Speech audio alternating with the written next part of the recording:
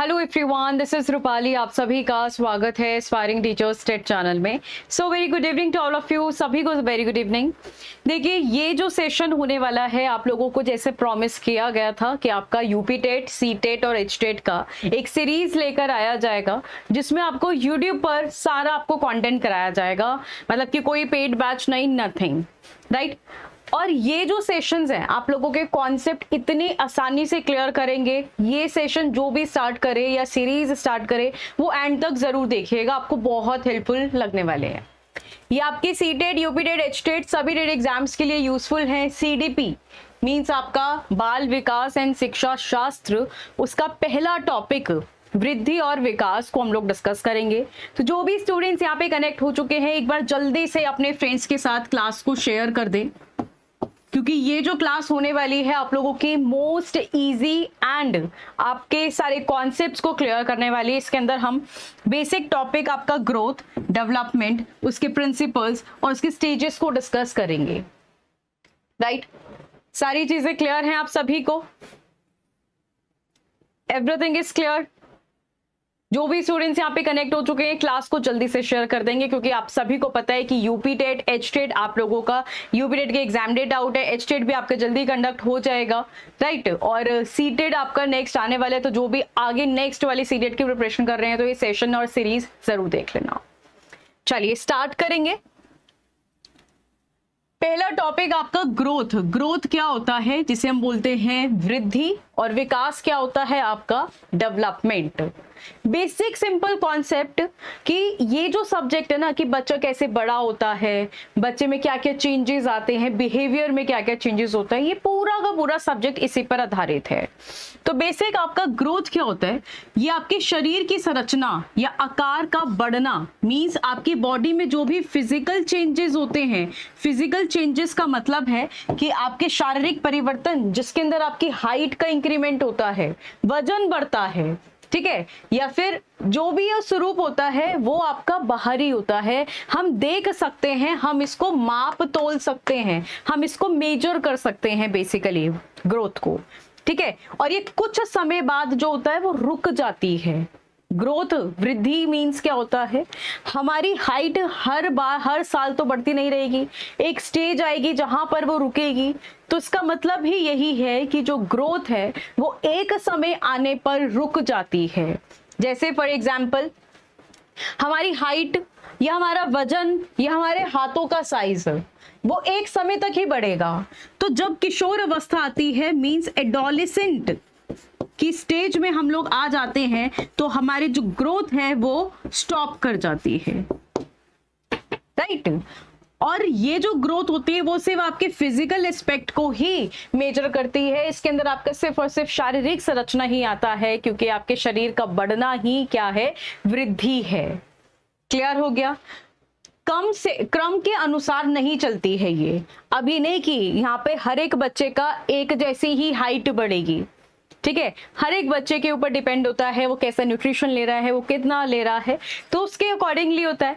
तो ये जो क्रम, एक सीक्वेंस नहीं होना है इसके अंदर ग्रोथ में कि ऐसे ही होगा वैसे, नो, ये क्रम के अनुसार नहीं चलती है। बल्कि अगर हम लोग विकास की बात करें, डेवलपमेंट की बात करें, तो डेवलपमेंट जो होता है ये आपके सारे चेंजेस आपकी बॉडी में, ओवरऑल चेंजेस की मैं बात कर रही हूँ, आपका मानसिक, सामाजिक, संवेगात्मक, बौद्धिक, जितने भी आपके एस्पेक्ट होते हैं, ठीक है, बॉडी में जितने भी चेंजेस होते हैं वो सभी के सभी आपका विकास होता है, राइट। अब ये जो उसका स्वरूप होता है वो आंतरिक भी होता है और बाहरी भी होता है। मींस अब देखो हमारे माइंड डेवलप हो रहा है तो हम बाहर से नहीं देख सकते, वो अंदर से हमें पता चल रहा है कि हम कितने इंटेलेक्चुअली डेवलप हो चुके हैं, ठीक है। हमारे अंदर इमोशंस डेवलप हो रहे हैं, हम बाहर से नहीं, हम अंदर से देख सकते हैं हम अपने इमोशंस को, राइट। ये जीवन भर तक चलने वाली जो प्रक्रिया है वो कौन है, आपका विकास। बच्चा जब माँ के गर्भ में आता है तभी से शुरू हो जाती है। वो कब तक चलती है, तब तक जब तक बच्चे की मृत्यु नहीं हो जाती। तो ये जीवन भर तक चलेगा, और जीवन भर तक चलने वाला प्रोसीजर कौन सा है, आपका डेवलपमेंट, राइट। डेवलपमेंट का एक निश्चित सीक्वेंस होता है, एक ऑर्डर होता है। कैसे? अब देखो बच्चे यहाँ पे धीरे धीरे बैठना शुरू करता है, क्रॉलिंग करता है, खड़ा होना शुरू करता है, भागता है। ये सभी के साथ एक जैसा है या नहीं? आपने किसी का भी एग्जाम्पल ये कि बच्चा आज पैदा हुआ है और उसके बाद ही वो तुरंत भागना शुरू कर दिया? नहीं ना। तो ये आपका निश्चित क्रम होता है जो फॉलो अप करता है, जबकि ग्रोथ के अंदर कोई भी ऐसा क्रम नहीं है। समझ में आ रहा है? तो इजीएस्ट वे में ही करेंगे, आपको जितना समझ में आ जाए। अब इसके एक बड़ी डिफरेंस को समझेंगे। देखिए इसका बेसिक अंतर क्या है? ग्रोथ को हम लोग माप सकते हैं, ग्रोथ को मापा जा सकता है, सीधा मापन संभव है। मींस जैसे आपकी लंबाई हो गई, आपका भार हो गया, आपका वेट हो गया, हम उसको तोल सकते हैं, ठीक है, मेजर कर सकते हैं एक यूनिट्स के अंदर कि आप कितने फीट की हाइट है, आपका वेट इतना है, तो आप उसको बता सकते हो। बट अगर डेवलपमेंट की बात करें तो इसको हम लोग सीधा नहीं बता सकते कि हमारा जो माइंड है वो 1 kg डेवलप हुआ है, 1 इंच डेवलप हुआ है, हम उसको नाप तोल नहीं सकते, हम उसको सिर्फ डिस्क्राइब कर सकते हैं। तो ये आपका केवल मानसिक विकास को छोड़कर ये सीधा मापना संभव नहीं होता है। ठीक है। इसकी प्रकृति, इसके नेचर की बात करें तो ये आपका परिमाणात्मक होता है, ये एक आउटपुट देता है। पर डेवलपमेंट की बात करें तो ये आपका परिमाणात्मक और गुणात्मक दोनों ही होगा, जिसमें आपको सिर्फ और सिर्फ ये मेजर करता है, ठीक है, ये क्वांटिटेटिव होता है ये। और अगर हम डेवलपमेंट की बात करें तो ये दोनों ही होगा, क्वालिटेटिव भी प्लस क्वांटिटेटिव भी। क्लियर है? निर्भरता की बात की जाए, ग्रोथ आपका विकास के बिना भी हो सकता है। मींस कि हमारी हाइट, अगर बच्चे में डेवलपमेंट हुआ ही नहीं तो फिर भी हाइट बढ़ेगी ही बढ़ेगी, राइट? तो डेवलपमेंट, ये जो ग्रोथ है वो विकास के बिना भी हो सकता है। बट अगर वृद्धि की बात करें तो आपका वृद्धि के बिना डेवलपमेंट संभव नहीं है। एक पॉइंट ध्यान से समझेंगे, यहां से ये आपका डेवलपमेंट है, यहाँ पे बताती हूँ, ये आपका पूरा डेवलपमेंट है, ठीक है, डेवलपमेंट हो रहा है। डेवलपमेंट, इसमें ग्रोथ आपका जो वृद्धि है वो इस डेवलपमेंट का एक छोटा सा हिस्सा है। तो अगर ये नहीं होगा तो डेवलपमेंट पॉसिबल नहीं है, ये याद रखिएगा। सिंपल सी बात समझ में आ गई? अब सिंपल आगे पढ़ो कि डेवलपमेंट के डोमेन्स कौन कौन से हैं। देखिए पहला डोमेन आपका शारीरिक विकास। शारीरिक विकास मीन्स आपका फिजिकल डेवलपमेंट।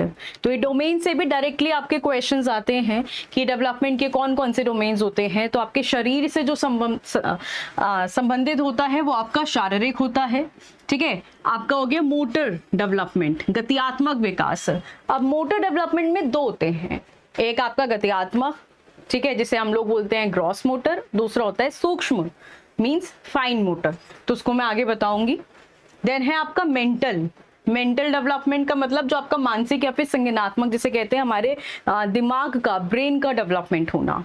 देन आता है आपका सोशल, सामाजिक विकास। सामाजिक विकास होता है जब हम लोग अपने फ्रेंड्स के साथ रिलेशनशिप बनाते हैं, उनके साथ बातचीत करते हैं, एक रिलेशन बिल्डअप होता है, तो आपका सोशल डेवलपमेंट हो गया, राइट।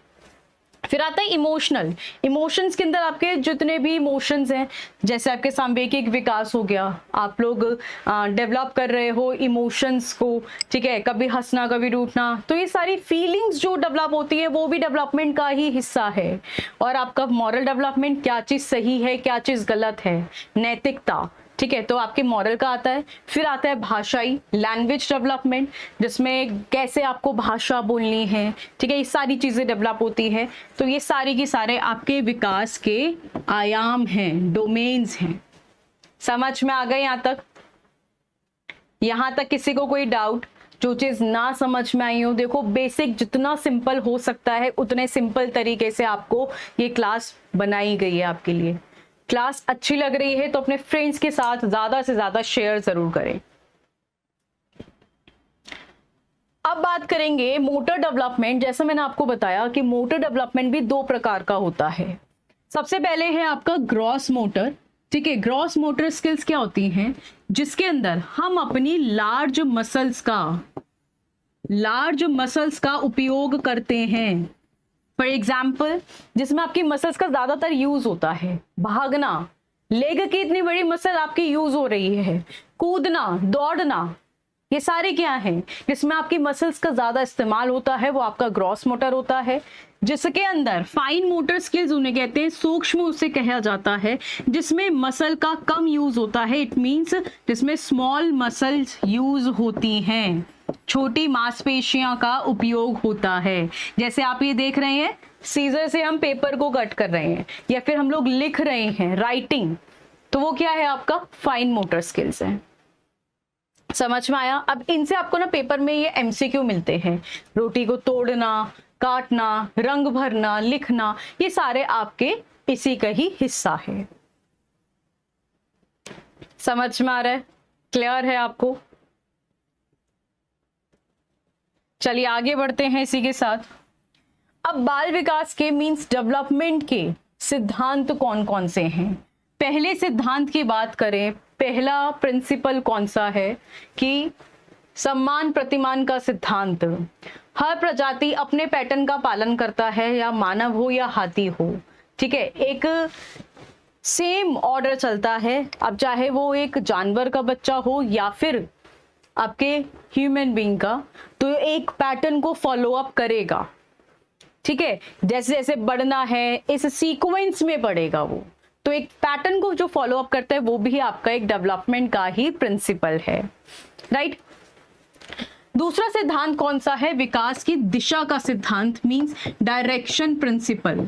अभी जो डायरेक्शन का प्रिंसिपल है, जिसके अंदर सिफेलोकॉर्डल पहले नंबर पर आता है। जब बच्चे का विकास कंट्रोल पहले सिर से लेकर पैर की ओर आए, पहले बच्चे का कंट्रोल वो अपने सिर पर स्टार्ट करता है, सिर से लेकर पैर की ओर जाता है, उसी को ही यहां से सिफेलोकॉर्डल बोला जाता है, सिर पदोमुखी कहा जाता है, सिर से पैर की ओर विकास बढ़ना।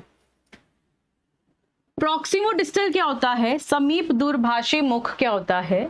जिसमें बच्चे का विकास पहले बच्चा जो नियंत्रण है, कंट्रोल, वो अपने बीच के हिस्से से डेवलप करता है, फिर बाहर की ओर जाता है, ठीक है, फिर बाहर की ओर जाता है, तो उसी को ही केंद्र से बाहर की ओर जाना, बीच से बाहर की ओर जाना, वही आपका प्रॉक्सिमोडिस्टल डेवलपमेंट कहलाता है। समझ में आ रहा है? क्लियर है? तीसरा सिद्धांत कौन सा है? कॉन्टिन्यूटी। कॉन्टिन्यूटी को देखो कितना आसान भाषा से समझा रखा है। निरंतरता का सिद्धांत। बच्चा माँ के गर्भ से ही उसका विकास शुरू हो जाता है। जब बच्चा माँ के गर्भ में है, कब तक चलेगा? जब तक यहाँ पर RIP ना लिखा जाए। तो बच्चा जब माँ के गर्भ में है, गर्भ से लेकर मृत्यु तक का सफर विकास है आपका, डेवलपमेंट जिंदगी भर तक चलता रहेगा। तो ये निरंतरता का सिद्धांत, माँ के गर्भ से मृत्यु तक चलने वाली प्रक्रिया ही आपका विकास होता है। समझ में आ रहा है? क्लियर हो रहा है? मजा आए तो आप लोग लाइक शेयर जरूर कीजिएगा। चलिए नेक्स्ट प्रिंसिपल है सामान्य से विशिष्ट की ओर बढ़ना। सामान्य से विशिष्ट का मतलब है विकास सामान्य से विशिष्ट की ओर जाता है, मतलब एक जनरल टू स्पेसिफिक जाता है। जैसे बच्चे में सभी में एक समान होते हैं, तो पहले उठना, बैठना, चलना, दौड़ना, ठीक है, तो ये क्या है? ये एक पैटर्न है और साथ ही में हर एक बच्चा करता है, ये सामान्य है। पर कौन पहले करेगा कौन बाद में करेगा वो विशिष्ट है। तो बच्चे का जो विकास होता है सामान्य से लेकर विशिष्ट की ओर जाता है, राइट। नेक्स्ट है पूर्व अनुमान का सिद्धांत, मींस प्रिंसिपल ऑफ प्रिडिक्शन। हम प्रिडिक्ट कर लेते हैं, हम अनुमान लगा लेते हैं। फॉर एग्जाम्पल विकास की दिशा का पहले से ही अनुमान लगाया जा सकता है। हम पहले से ही प्रिडिक्ट कर सकते हैं कि बच्चा किस दिशा में आगे बढ़ रहा है, या बच्चा क्या कर रहा है, बच्चे का विकास कैसा हो रहा है, हम उसका पूर्व अनुमान लगा सकते हैं। फिर है आपका व्यक्तिगत मित्रता का सिद्धांत। तो व्यक्तिगत भिन्नता क्या होती है आपकी? Individual difference. अब बच्चे का जो विकास होता है ना, देखो विकास की गति ना अलग अलग होती है। अब ये नहीं कि हर एक बच्चा आपका या फिर किसी और का भी हर एक बच्चा एक जैसा ही होगा, नहीं, हर एक बच्चा डिफरेंट है, यूनिक है। किसी बच्चे में कोई पहले सीख लेता है, कोई बाद में। अब मेरा बेबी है, वो अभी तक बोलना स्टार्ट नहीं किया उसने, उसी के एज के बच्चे बोलना शुरू कर देते हैं। तो सभी का रेट ऑफ डेवलपमेंट डिफरेंट होता है। तो वो क्या है, व्यक्तिगत भिन्नता है, ये इंडिविजुअल डिफरेंस है ये। और ये किससे होती है, हेरिडिटी मल्टीप्लाई बाय इन्वायरमेंट, इसके ऊपर ही डिपेंड करता है कि बच्चे के आनुवांशिकता गुण कैसे हैं, साथ ही में उसको कैसा वातावरण मिल रहा है, उसी के ऊपर ही ये डिपेंड करता है व्यक्तिगत भिन्नता का सिद्धांत। देखो बहुत इजीली वे में आप लोगों को ये चीज दी जा रही है, समझ में आ रहा है तो कमेंट्स में जरूर बताइए कि यस मैम क्लियर है। कमेंट्स में जल्दी से बताएंगे क्या सभी चीजें क्लियर है। चलिए आगे बढ़ेंगे। 8वां है वृत्ताकुलार और आपका स्पाइरल वर्सेस लीनियर। ये बात याद रखिएगा, कभी भी विकास आपका रेखीय नहीं होता है, एक ही दिशा में कभी नहीं चलेगा, रेखीय प्रगति नहीं होती है बच्चे की। इसका मतलब तो ये हो गया कि बच्चे ने आज जो सीखा वो कभी भूलेगा ही नहीं, वो वैसे ही डेवलप करता चला जाएगा एक ही बारी में। तो ऐसा कोई बच्चा नहीं होता है। बच्चे का विकास जो होता है हमेशा स्पाइरल नेचर का होता है, कभी आगे बढ़ेगा कभी पीछे आएगा। जैसे एक स्प्रिंग होता है ना, वो आगे बढ़ता है पीछे आता है, तो इसी तरह से बच्चे का विकास भी होता है। तो यहाँ से विकास कभी सीधी रेखा में नहीं होता है, बल्कि जो गति बदलती रहती है। राइट। नेक्स्ट प्रिंसिपल आपका अंतर संबंधित विकास, इंटर डेवलपमेंट। इंटर डेवलपमेंट क्या होता है, देखो सारे के सारे हमने जितने भी प्रिंसिपल्स और डोमेन्स पढ़े हैं विकास के, वो आपस में संबंधित हैं। अब ऐसा नहीं होगा कि हमारा दिमाग बढ़ रहा है बट हमारा शरीर नहीं बढ़ रहा, ठीक है, तो वहां पे वो प्रॉपर बच्चा नहीं डेवलप हो पा रहा है। तो शारीरिक, बौद्धिक, संवेगात्मक, सामाजिक विकास जो है वो एक दूसरे पर ही निर्भर करते हैं, एक दूसरे के साथ ही चलते हैं। तो इसीलिए बोला जाता है कि ये अंतर संबंधित है। ये आपका पहला सेशन है सीडीपी का, इसलिए आपका थोड़ा लेट शुरू किया, जिससे कि आपको अच्छे वे में पूरा कॉन्सेप्ट डिलीवर किया जा सके, और वो भी इजी वे में। कि मतलब अगर आप कहीं पे टाइम इन्वेस्ट कर रहे हो तो आप लोगों को वो टाइम यूटिलाइज हो। अब मुझे नहीं लगता कि इसके बाद इससे इजी वे में आप लोग पढ़ सकते हो या याद रह सकता है, क्योंकि बिल्कुल आपको इमेजेस के साथ साथ में इजी वे में आपको ये डिलीवर किया जा रहा है सेशन। और बाकी सारे सेशन की भी यही मेरे यही प्रॉमिस रहेंगे कि आपको मैं इजी वे में प्रोवाइड करूं, जिससे आपको ये नहीं कि बार बार याद करना पड़े उस चीज को। राइट, चलिए आगे बढ़ेंगे। यहाँ पे आते हैं हम स्टेजेस ऑफ डेवलपमेंट पर। स्टेजेस का मतलब क्या है कि देखिए पहला स्टेज क्या होता है, प्रसव पूर्व अवस्था, प्री नेटल स्टेज, जहां पे आप देख रहे हैं बच्चा कहां पर है, बच्चा माँ के गर्भ में है। जब बच्चा माँ के गर्भ में होता है, वो जो पीरियड होता है ये आपका 9 महीने वाला पीरियड है, जब माँ बच्चे को अपने गर्भ में रखती है। 280 दिन वाला पीरियड होता है ये। तो माता के गर्भधान से जन्म तक का सफर या स्टेज जो होती है उसी को ही प्रसव पूर्व अवस्था कहा जाता है। फिर आता है शैशवा काल। अभी जो शैशवावस्था है, इन्फेंसी स्टेज है, इसके अंदर बच्चा जन्म हो चुका है, बच्चे का जन्म से लेके जो 2 वर्ष का पीरियड होगा, मींस आप बच्चे ने जन्म लिया, बर्थ से लेकर 2 साल तक का पीरियड वो बच्चा शैशवा काल के अंदर है। यहाँ पे बच्चा माता पिता पे निर्भर रहेगा, ठीक है, तेजी से सीखेगा भी, नैतिकता का अभाव होगा, मीन्स उसके अंदर मोरालिटी नहीं है, उसको नहीं पता क्या सही है क्या नहीं है, वो अपने लिए मतलब ऐसा लगता है कि जो उसे करना है तो करना है, कुछ भी, उसको अगर पानी गिरना है तो गिरना है, उसको भागना है तो भागना है, मतलब उसे कुछ नहीं पता क्या सही है क्या गलत है, इसलिए यहाँ पर नैतिकता का अभाव होता है। समझ में आ रहा है, क्लियर हो रहा है? राइट।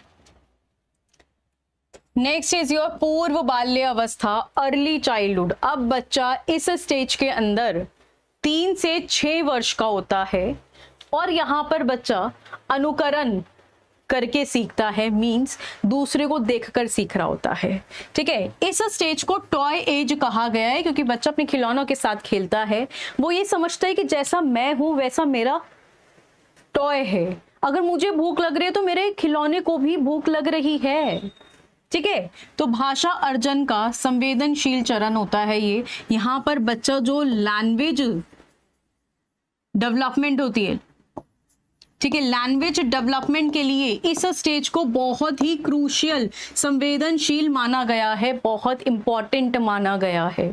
याद रखिएगा, पेपर में एमसीक्यू पूछ लिया जाता है आपसे, राइट। नेक्स्ट स्टेज आती है आपकी उत्तर बाल्य अवस्था।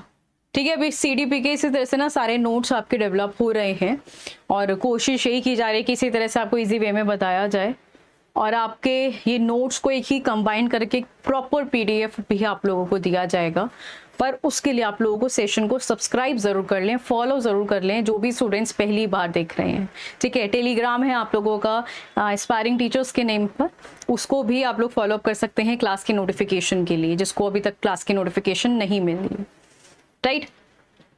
अब देखिए, जो उत्तर बाल्य अवस्था है, लेटर चाइल्डहुड पीरियड है, ये आपका 6 से 12 वर्ष का होता है।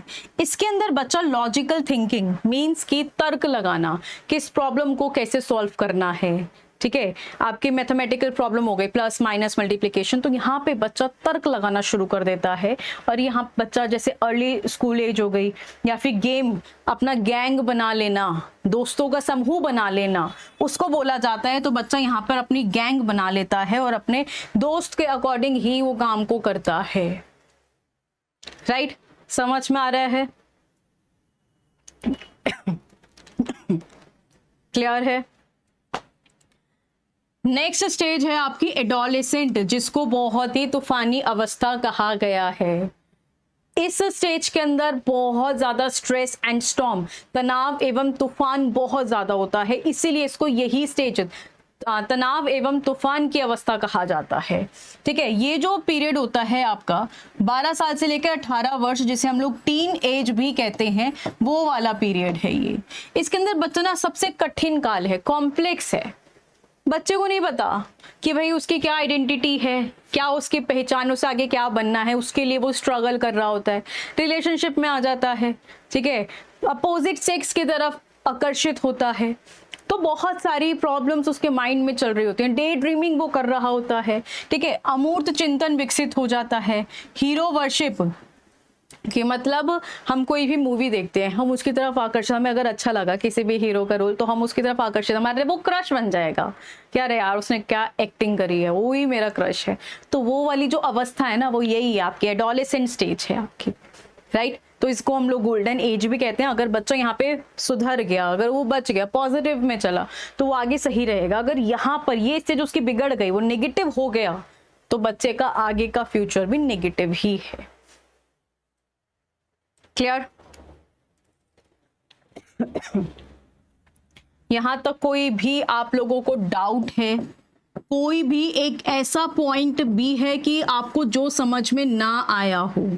अभी मैंने इस क्लास के अंदर आपको ग्रोथ एंड डेवलपमेंट का कॉन्सेप्ट समझाया, वृद्धि और विकास का, ठीक है। इसके मैंने आप लोगों को स्टेजेस कवर अप करा दी हैं, साथ ही में हमने बहुत इजी वे में प्रिंसिपल्स को कवर अप किया है। तो कोई भी एक ऐसा पॉइंट हो जो आपको ना समझ में आया हो, तो मुझे कमेंट्स में जरूर बताएं कि यस मैम ये चीज क्लियर नहीं हुई हो। सीडीपी की एक बुकलेट बना रखी है, ठीक है, यहाँ पे सीडीपी का एक बुकलेट बना हुआ है, तो जो भी स्टूडेंट्स वो लेना चाहते हो वो आप लोग इस नंबर पे व्हाट्सएप कर सकते हैं, राइट। आई होप आप लोगों को ये क्लास अच्छी लगी होगी, आप लोगों को पढ़ने में मजा आया होगा। मजा आया हो तो कमेंट्स करके जरूर बताना। नेक्स्ट सेशन और बेहतर देने की आप लोगों को कोशिश की जाएगी। रेस्ट, जो स्टूडेंट फर्स्ट टाइम देख रहे हैं इस सेशन को, इस चैनल को आप सब्सक्राइब कर सकते हैं, जिसपे आप लोगों की टेट एग्जाम्स की प्रिपरेशन कराई जाएगी। पहले एक बार कॉन्सेप्ट्स को कवर अप कर लें, देन हम एमसीक्यू को गो थ्रू करेंगे कि आपका क्या सही है क्या गलत, राइट। चलिए मिलेंगे अपने नेक्स्ट क्लास के अंदर। Thank you so much, thank you everyone. मिलते हैं नेक्स्ट क्लास में। आई होप ये क्लास आपको अच्छी लगी हो, तो कमेंट्स में ज़रूर अपना बताइएगा, फीडबैक ज़रूर देना। Thank you.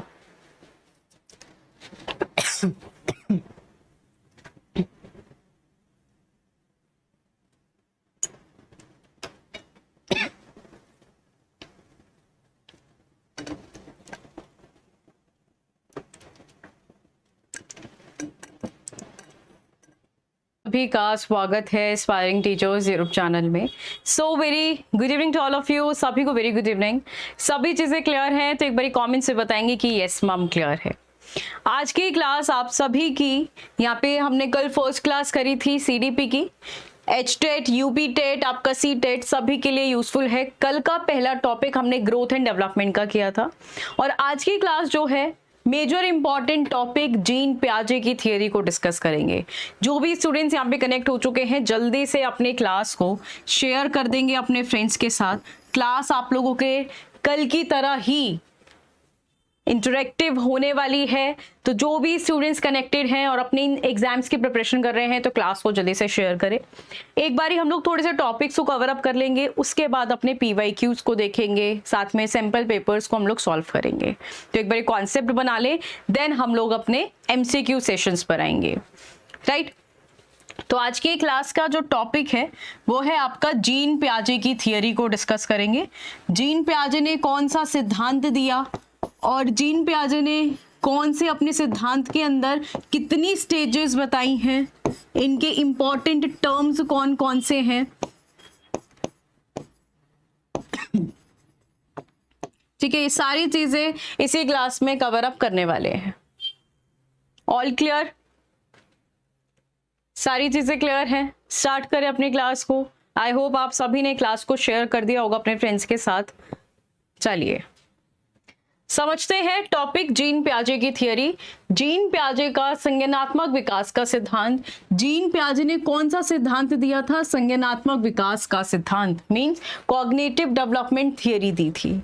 जीन पियाजे आपके स्विट्जरलैंड से बिलोंग करते थे। कहां से? स्विट्जरलैंड से बिलोंग करते थे। इसी वजह से इन्हें स्विस साइकोलॉजिस्ट कहा जाता था। क्या कहा जाता था? स्विस साइकोलॉजिस्ट कहा जाता था, राइट।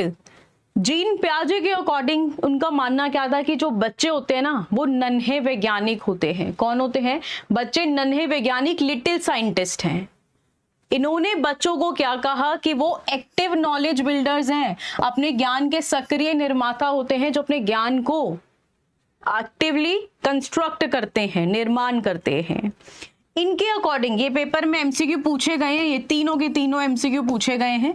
इनके अकॉर्डिंग बायोलॉजिकल मैच्योरेशन के साथ बच्चा अपना कॉन्सेप्ट बनाता है। जैसे जैसे वो स्टेज में आता है, अपनी स्टेज में आगे बढ़ता है, वैसे ही बच्चे के अंदर मैच्योरेशन डेवलप होती है, राइट। समझ में आ गया?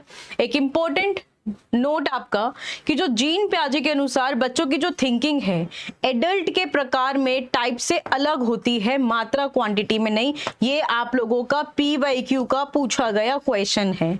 इसी तरह से ही क्लास का कंटेंट आपके लिए बनाया गया है जिसमें आपको सारी चीजें कवर हो, मतलब इसका MCQ भी आपको कवर हो रहा है, ठीक है। कि ये क्वेश्चन आपसे पूछा गया है कि आपके जो जीन पियाजे हैं उनके अनुसार बच्चों की जो थिंकिंग होती है, सोच होती है, बड़ों के कंपैरिजन में क्वांटिटी में डिफरेंट होती है या फिर टाइप में डिफरेंट होती है, प्रकार में। तो वे प्रकार में होती है, क्वांटिटी में कभी नहीं होगी। क्लियर? आगे बढ़ेंगे। जीन पियाजे के ये इंपॉर्टेंट टर्म्स हैं। अब जीन पियाजे ने 2 इंपॉर्टेंट टर्म्स दिए, साथ में समझना क्या क्या है। स्कीमा क्या होता है? स्कीमा उसे कहते हैं जो ज्ञान के छोटे छोटे टुकड़े होते हैं। देखिए यहाँ पे बच्चे ने इस डॉग को देखा तो बच्चे को पता है कि ये क्या है, ये डॉग है। बच्चे ने इसको अपने माइंड में क्या बना लिया? एक ज्ञान का टुकड़ा बना लिया कि 4 लेग्स वाला जो एनिमल होता है वो डॉग होता है। वो स्कीमा में उसने अपने बना लिया, उसी को ही स्कीमा कहते हैं। ये ज्ञान का छोटा सा टुकड़ा है। अब यहां से 2 कॉन्सेप्ट निकल कर आए आपके। एक है आत्मसात करना, एसिमिलेशन। एसिमिलेशन क्या है? जब पूर्व ज्ञान को हम नए ज्ञान के साथ जोड़ते हैं अपने। अब बच्चे के पास क्या नॉलेज थी कि उसने 4 टांगों वाला जानवर होता है वो डॉग होता है, उसकी प्रीवियस नॉलेज थी, ठीक है। अब उसने प्रीवियस नॉलेज में एक नया ज्ञान को जोड़ा, एड ऑन किया, that is known as assimilation. उसी को ही हम लोग आत्मसातकरण कहेंगे। सफेद कुत्ता देखा और उसे भी कुत्ता कहा, कोई चेंज नहीं स्कीमा में। तो ये क्या है? अब यहाँ पे उसने देखो बाइफोकेशन कर लिया कि ये आपका ब्लैक था और ये आपका एक वाइट डॉग है, तो उसने अपने स्कीमा के अंदर कुछ नया ज्ञान को जोड़ लिया। वो क्या है आपका एसिमिलेशन है। एकोमोडेशन की बात आती है समायोजन करना। समायोजन का मतलब जब अपने पूर्व ज्ञान के अंदर परिवर्तन किया जाता है, तालमेल बिठाने के लिए मॉडिफिकेशन की जाती है, चेंजेस किए जाते हैं। जैसे बिल्ली देखी, उसकी आवाज अलग लगी बच्चे को, तो अब बिल्ली की भी 4 टांगे होती हैं, तो वो बिल्ली को देख के कुत्ता नहीं कहेगा, डॉग नहीं कहेगा उसको, वो क्या कहेगा, ये कैट है।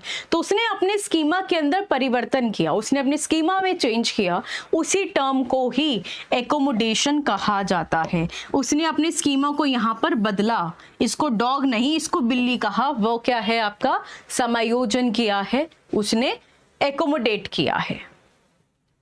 बिल्कुल, वेरी गुड इवनिंग, सारी चीजें क्लियर हैं। क्लास को जितना हो सके अपने फ्रेंड्स के साथ जल्दी से शेयर करेंगे सभी ग्रुप्स में। ऑल क्लियर, आगे बढ़ते हैं। देखिए एक कॉन्सेप्ट आता है आपका इक्विलिब्रेशन का। इक्विलिब्रेशन होता है संतुलन बिठाना। देखिए जैसे आत्मसात है जो हमने एसिमिलेशन का कॉन्सेप्ट किया और समायोजन का, इनके बीच में जब बैलेंस बन जाता है उसी को ही इक्विलिब्रेशन का नाम दिया गया है। इसके द्वारा बच्चा एसिमिलेशन और एकोमोडेशन के बीच संतुलन कायम करता है। जब दोनों ही चीजें मिल जाएंगी उसी को ही क्या कहा जाएगा, उसी को ही इक्विलिब्रेशन का नाम दिया जाता है। स्कीमा हमने पढ़ ही लिया। स्कीमा क्या होता है, बच्चे के दिमाग में जो भी स्टोर हुई हुई इंफॉर्मेशन है, ज्ञान के छोटे छोटे से टुकड़े हैं, उसी को ही स्कीमा का नाम दिया गया है। और एक टर्म है आपका ऑर्गेनाइजेशन। ऑर्गेनाइजेशन होता है बच्चे के पास जो भी ज्ञान है उसको वो पुनर्व्यवस्थित कर रहा है, उसको ऑर्गेनाइज कर रहा है सही तरीके से। पहले 1 स्टेप आएगा, फिर दूसरा स्टेप, फिर तीसरा स्टेप, उसको संगठन कहते हैं। ये बिखरे हुए टुकड़े थे उसके माइंड में, उसने उसको ऑर्गेनाइज कर दिया, उसी कॉन्सेप्ट को संगठन कहा जाता है। समझ में आया? दिमाग में जब छोटे छोटे टुकड़ों की बात की जाए दैट इज योर स्कीमा। जब इक्वल बैलेंस की बात की जाए वो आपका इक्विलिब्रेशन का कॉन्सेप्ट होता है। ये छोटे छोटे से आपको इमेजेस के थ्रू कॉन्सेप्ट क्लियर हो रहे हैं? कमेंट्स में मुझे जरूर बताइए कि यस मैम क्लियर है। आगे बढ़ेंगे इसी के साथ। अब जीन पियाजे ने अपने कुछ स्टेजेस के अंदर यहाँ पे अपनी थियोरी को एक्सप्लेन किया, कुछ 4 स्टेजेस बताई। पहली स्टेज कौन सी है आपकी, जीन पियाजे की संवेदी पेशी अवस्था, सेंसरी मोटर स्टेज, जहां पर बच्चा कैसे सीखता है, अपने इंद्रियों के माध्यम से सीखता है। अब आप देख रहे हैं यहाँ पे बच्चा सुन रहा है, सूंघ रहा है, टेस्ट कर रहा है, टच कर रहा है, देख रहा है, ये सारे क्या हैं, ये सारे के सारे इंस्ट्रक्शन उसके ब्रेन को दे रहे हैं। तो बच्चा अपनी ज्ञान इंद्रियों के माध्यम से सीखता है और यहाँ पे उसके जो सेंसेस हैं वही उसके टीचर्स होते हैं। सेंसेस ही बच्चे के टीचर्स होते हैं जो उसको सिखाते हैं सेंसरी मोटर स्टेज में। इस स्टेज में बच्चा जन्म से लेकर 2 साल की अवस्था में होता है। 2 साल का बच्चा, राइट। अब आप देख रहे हो ये क्या है, ये एक ऑब्जेक्ट है जो बच्चे ने देखा। इस बच्चे ने इस ऑब्जेक्ट को ही वस्तु स्थायित्व का कॉन्सेप्ट कहा गया है, ऑब्जेक्ट परमानेंस वाला कॉन्सेप्ट। मींस बच्चा अपने दिमाग में वस्तुओं की छाप बनाना शुरू कर देता है। उसको कोई भी चीज दिखाओगे और छुपा दोगे ना, तो वो जब तक उसे ढूंढ नहीं लेगा वो चुप शांति से नहीं बैठेगा। और वही कॉन्सेप्ट आपका ऑब्जेक्ट परमानेंस का कॉन्सेप्ट है, जिससे वह छिपी हुई वस्तु को भी ढूंढ लेता है। That concept is known as object permanence. समझ में आ गया?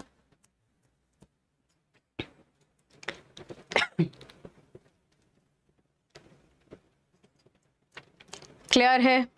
बहुत ही बढ़िया, समझ आ रहा है। इस स्टेज के अंदर बच्चा नकल कर कर सीखता है। क्या कर कर सीखता है? नकल कर कर, इमिटेट कर कर सीखता है, अनुकरण करता है बच्चा। जैसा उस बच्चे के सामने करोगे ना बच्चा वैसा ही करेगा आपको। और लास्ट में आते आते वो गोल डायरेक्टेड बिहेवियर, उसका जो गोल है इस ऑब्जेक्ट को ढूंढना, वो उसको पूरा कर लेता है। राइट। दूसरी स्टेज पर आएंगे।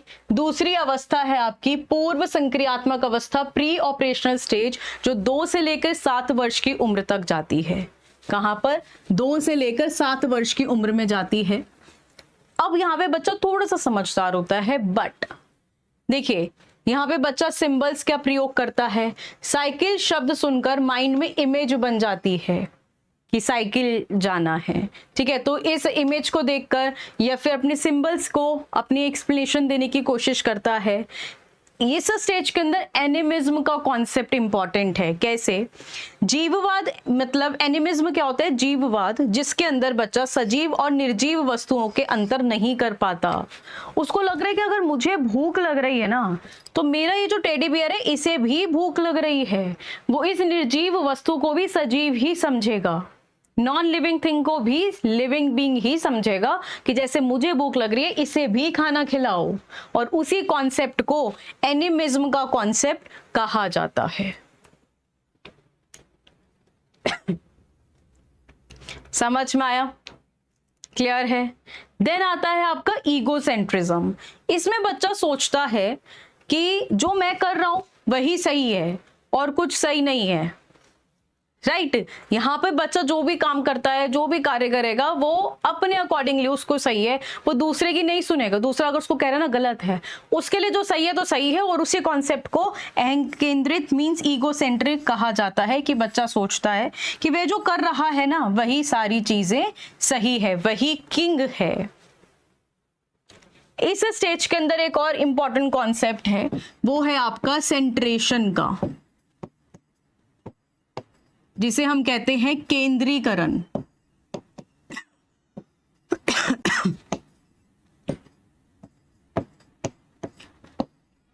केंद्रीकरण का कॉन्सेप्ट क्या होता है? जहां पे बच्चे के सामने एक बड़ा ग्लास है और एक छोटा ग्लास है। अब वो क्या करेगा? अगर उसे चॉइस करने की दी जाए कि बेटा आप इसमें से कौन सा ग्लास चूज करोगे, ये वाला या ये वाला, वो डेफिनेटली आप ट्राई कर लेना इस एज के बच्चे के साथ, वो ये वाला ग्लास ही लेगा। क्यों? क्योंकि वो बड़ा है। उसकी सिर्फ एक ही माइंड में पॉइंट आया कि ये बड़ा है, ये अच्छा है, और यही ग्लास वो चूज करेगा। वो छोटा ग्लास नहीं लेगा। केंद्रीकरण का मतलब होता है कि आप बच्चा जो है सिर्फ एक ही एस्पेक्ट को समझता है, सिंगल एस्पेक्ट को देखना, कि यहां पर उसने सिर्फ एक ही चीज देखी कि ये जो ग्लास है वो बड़ा है और वो इसी ग्लास को ही चूज करेगा। क्लियर? बिल्कुल एक ही चीज पर फोकस करता है। आगे देखेंगे आपकी इस स्टेज में बच्चा इरिवर्सिबल भी होता है। इरिवर्सिबल का मतलब है कि अगर उससे बोला जाएगा ना 4 × 4 + 6 क्या होगा? 10 होगा। 6 + 4 क्या होगा? वो कहेगा अरे ये क्या, ये तो भी मैंने किया ही नहीं है।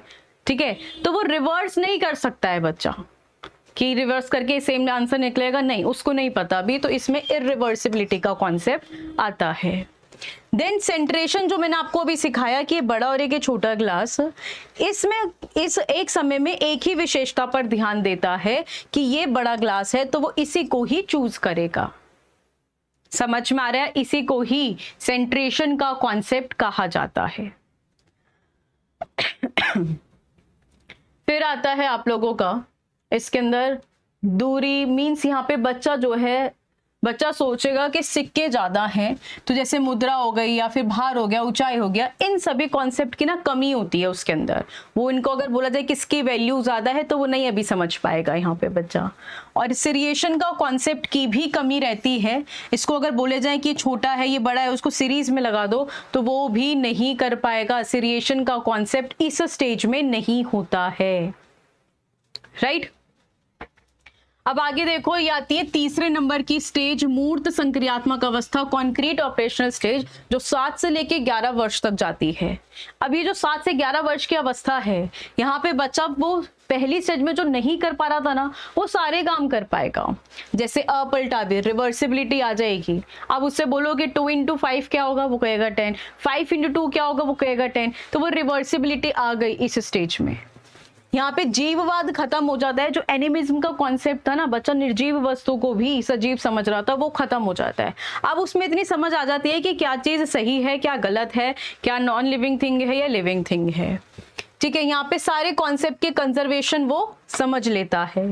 साथ में सीरीज में लगाना भी सीख लेता है कि पहले ये टर्म आएगी फिर ये टर्म आएगी। तो यहाँ पे बच्चा एक अल्टीमेटली होशियार हो जाता है, थोड़ा सा लॉजिकल थिंकिंग उसके अंदर आ जाती है। अब कॉन्क्रीट का मतलब याद रखिएगा कि ठोस वस्तु को देखकर अपना कॉन्सेप्ट बनाता है। मीन्स जो भी वस्तु कॉन्क्रीट है, ठोस है, उसके सामने प्रेजेंट है, उन चीजों को देखता है। क्लियर हो रहा है? समझ में आ रही है क्लास? अब यहाँ पे हाइपोथेटिकल डिडक्टिव थिंकिंग नहीं होती है, इसको भी मैं आगे बताऊंगी। ठीक है, फिर लास्ट स्टेज आती है आपकी फॉर्मल ऑपरेशनल स्टेज, जिसे कहा गया है औपचारिक संक्रियात्मक अवस्था। अब इस स्टेज में क्या होता है, बच्चा 11 से 15 की एज में होगा। मीन्स कि अब वो डे ड्रीमिंग कर सकता है। जो इमेजिनेशन वाला कॉन्सेप्ट था ना कि यहाँ पर हम लोग दिन में भी सपने देख रहे होते हैं, तो ये वही वाली अवस्था है, एडोलेसेंट की स्टेज है, जहाँ पे बच्चा एब्स्ट्रैक्ट थिंकिंग को स्टार्ट कर देता है और दो major important terms deductive reasoning भी लगाना शुरू कर देता है। नियम के ऊपर तर्क करने लग जाता है, जैसे मैथमेटिक्स रूल्स होते हैं उनको अप्लाई करना, राइट यहाँ पे उनको सॉल्व करना कि पहले ये फॉर्मूला होगा, हमें इस फॉर्मूले को सॉल्व करना है। तो वो इस अवस्था की है सारी खासियत। समझ में आ गया? ये पूरी स्टेज आपकी क्लियर हो गई। ये सारी स्टेजेस के पॉइंट्स याद करने हैं।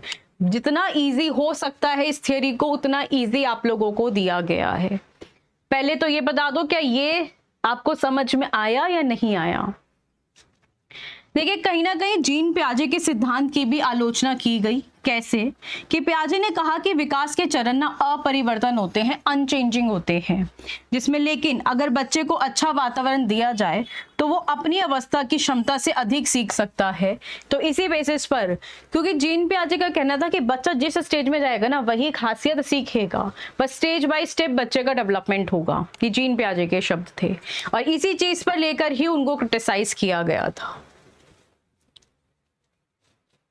क्लियर? समझ में आ गया? इजी लगी थियरी आपको? देखिए, बेसिकली इसको रिवाइज कर लो। जीन पियाजे ने अपनी इस सिद्धांत के अंदर, जीन पियाजे ने अपने सिद्धांत में 4 स्टेजेस दी हैं, जिसका निमोनिक है SPCF, sensory motor, pre operational, concrete and formal operational stage. जहां बच्चा 0 से 2 इयर्स का होता है, 2 to 6 इयर्स का होता है, 6 to 11 इयर्स का एंड 11 to आपका 15 इयर्स का होता है। ये एज ग्रुप याद रखेंगे। जीन पियाजे ने अपने कॉन्सेप्ट में स्कीमा का कॉन्सेप्ट बताया है, एसिमिलेशन का कॉन्सेप्ट बताया है, एकोमोडेशन का कॉन्सेप्ट बताया है, ठीक है, इक्विलिब्रेशन का कॉन्सेप्ट बताया है।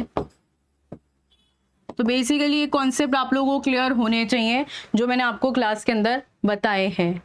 जीन पियाजे के कुछ मेजर टर्म्स जो हमने स्टार्टिंग में डिस्कस करे कि जीन पियाजे स्विस साइकोलॉजिस्ट थे, इनको रेडिकल कंस्ट्रक्टिविस्ट भी कहा गया। इन्होंने बोला कि बच्चा नन्हा वैज्ञानिक होता है, अपने ज्ञान का खुद ही निर्माण करता है।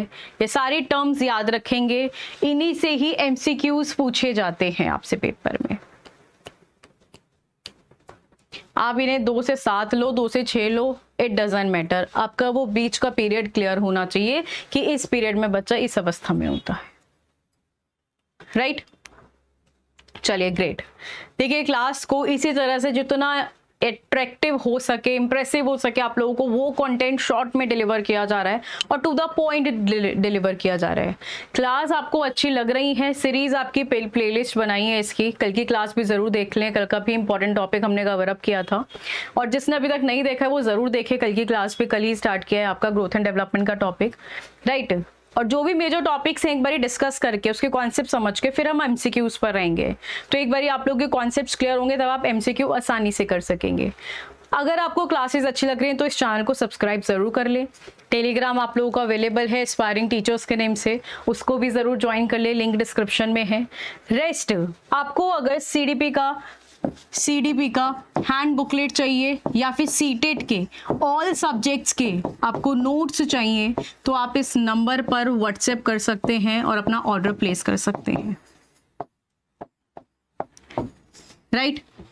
सीटेट के ऑल सब्जेक्ट के नोट्स अवेलेबल हैं, हिंदी मीडियम भी अवेलेबल हैं, इंग्लिश में भी अवेलेबल हैं। सीडीपी जिसको सेपरेटली चाहिए सीडीपी भी सेपरेटली मिल जाएगा। चलिए, thank you so much, thank you everyone. मिलेंगे नेक्स्ट क्लास के अंदर। आई होप आप लोगों को सेशन अच्छा लगा होगा।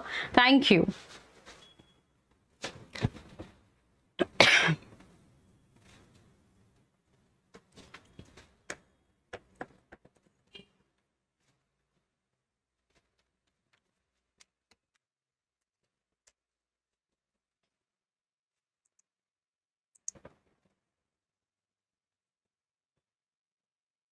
सभी का स्वागत है एस्पायरिंग टीचर्स यूट्यूब चैनल में।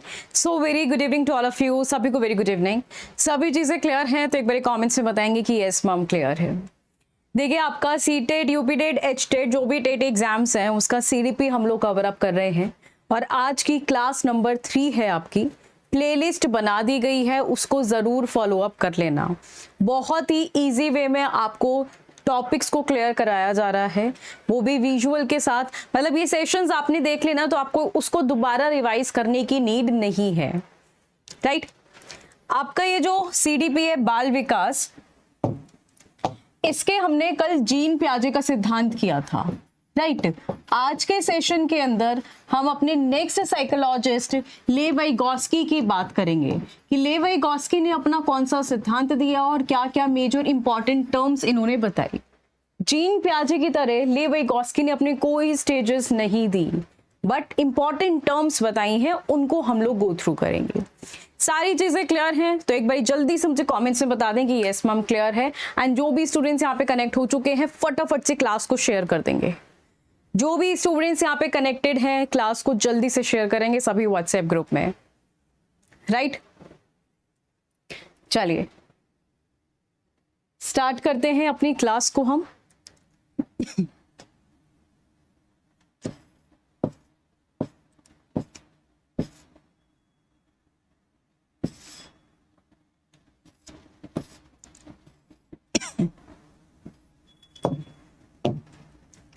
ये आपके ले वाइगोस्की की थियरी, जिन्होंने सामाजिक सांस्कृतिक मींस सोशो कल्चर थियरी का सिद्धांत दिया था, राइट। और इनके अकॉर्डिंग क्या था कि जो बच्चा है समाज के साथ, संस्कृति के साथ जुड़कर इंटरेक्शन सीखता है, लर्निंग करता है। क्योंकि ऐसा कुछ जीन पियाजे ने अपने सिद्धांत में नहीं बताया। जीन पियाजे ने बोला कि जो बच्चा है वो लिटिल साइंटिस्ट है, वो खुद ही अपने ज्ञान को खोज लेगा। बट ले वाइगोस्की का कहना था कि बच्चा जितना समाज के साथ, संस्कृति के साथ इंटरेक्ट करेगा तब बच्चे का डेवलपमेंट होगा। तो इसीलिए ले वाइगोस्की ने अपनी सोशो कल्चर थियरी का सिद्धांत दिया, ठीक है। ले वाइगोस्की पहले सामाजिक अंतरक्रिया होती है और उसके बाद विकास डेवलपमेंट होता है। ये पूरा ये आपका एमसीक्यू पेपर के अंदर पूछा गया है। हमने जीन पियाजे की थियरी को कवर अप कर लिया है, जिसमें जीन पियाजे ने क्या कहा था, पहले बच्चे का विकास होगा, ठीक है, पहले विकास होगा, बाद में बच्चा लर्निंग करेगा, बाद में बच्चा सीखेगा, ठीक है। ये आपका एमसीक्यू पूछा गया है पेपर में। और ले वाइगोस्की का कहना था कि बच्चा पहले अंतरक्रिया करेगा, मींस पहले बातचीत करेगा, पहले समाज की सामाजिक अंतरक्रिया करेगा, उसके बाद बच्चे का डेवलपमेंट होगा। एमसीक्यू आपसे पूछा जाता है पेपर में, ये वही आपका टॉपिक है, क्लियर। चलिए आगे बढ़ते हैं। ले वाइगोस्की ने क्या बोला कि जब बच्चा समाज में, देखो बच्चा अकेला कुछ नहीं कर सकता, बच्चा अकेला कुछ भी नहीं कर सकता है।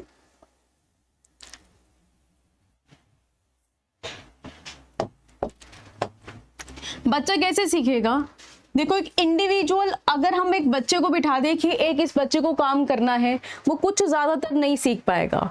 पर इसके साथ अगर और भी वो ग्रुप में काम करेगा तो और बच्चों को देखकर वो ग्रुप में बेहतर सीखेगा। तो यही इसका सोशल डेवलपमेंट है। राइट जितना हम बच्चे को अकेला रखेंगे ना कि वो इंडिविजुअली पढ़े, इंडिविजुअली करे, नहीं करेगा बच्चा, उसका उतना पोटेंशियल वो पहुंच नहीं पाएगा जितना वो कर सकता है। पर अगर हम उस बच्चे को ग्रुप में छोड़ दें तो सबको देखकर बच्चा और बेहतर सीखता है। इसी को ही सामाजिक अंतर्क्रिया कहते हैं। क्लियर? अब लेवी गॉस्की ने ना अपने सिद्धांत को बताने के लिए 3 इंपॉर्टेंट टर्म्स दिए हैं। एक है आपका MKO, दूसरा है आपका ZPD जो आपसे पेपर में पूछा जाता है, और तीसरा है आपका स्कैफोल्ड।